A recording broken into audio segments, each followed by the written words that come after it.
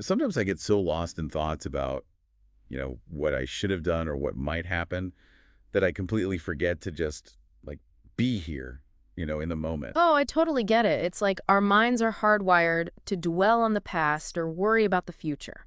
Exactly. And that's exactly why Rule 28 from the 40 Rules of Love really made me stop and think. This one's a real head scratcher, isn't it? Yeah. It Yeah. basically says, chuck your calendar out the window because the past is just how you choose to see it. The future is just like a mirage.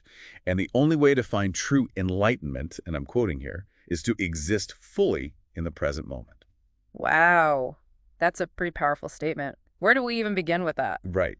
It's a lot to unpack, but that's why we're here, right? To take a deep dive into this idea of time and eternity and how it all connects to finding, well, illumination, as they call it. Let's do it. So, to start with, the rule really throws our usual understanding of time out the window, doesn't it? We're so used to thinking of it as this straight line, past, present, future. Like a one-way street. Exactly. But this rule, it suggests something different. It hints at time being more fluid, maybe even like a spiral, Okay, a spiral, I like that. where time is something we move through, not just alongside. What do you think about that?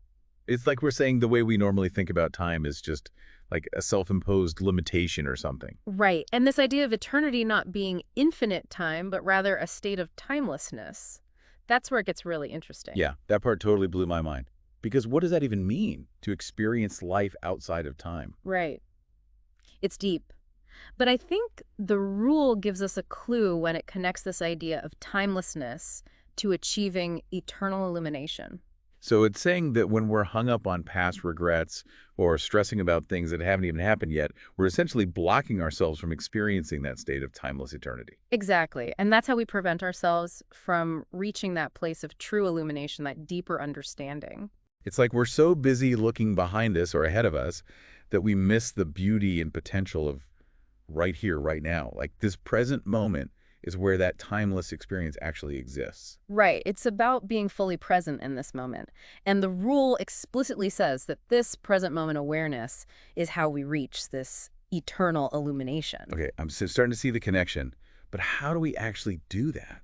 How do we break free from constantly thinking about the past or worrying about the future and truly, like, live in the present moment? That's the million-dollar question, isn't it? Unfortunately, the rule itself doesn't really give us a step-by-step guide. Yeah, no instruction manual for this one. Right.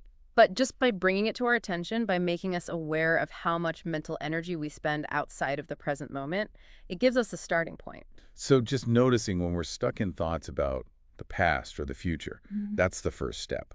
Absolutely. And there's actually a whole field of research dedicated to this, mindfulness.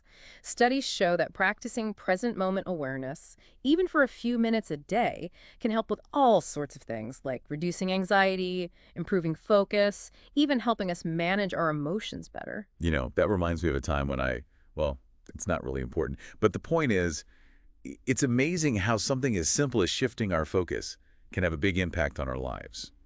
It really shows the power of perspective.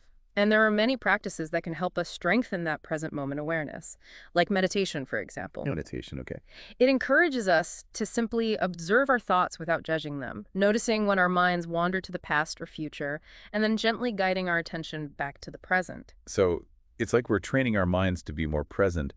And by doing that, we're opening ourselves up to that eternal illumination that Rule 28 is talking about. Exactly.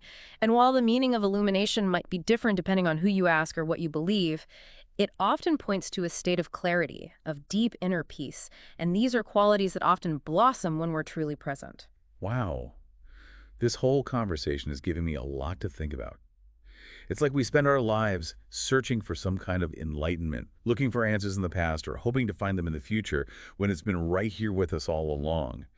This potential for a more awakened way of being, hidden in plain sight within the present moment. It's a powerful idea, isn't it? And it's definitely something worth exploring. Absolutely.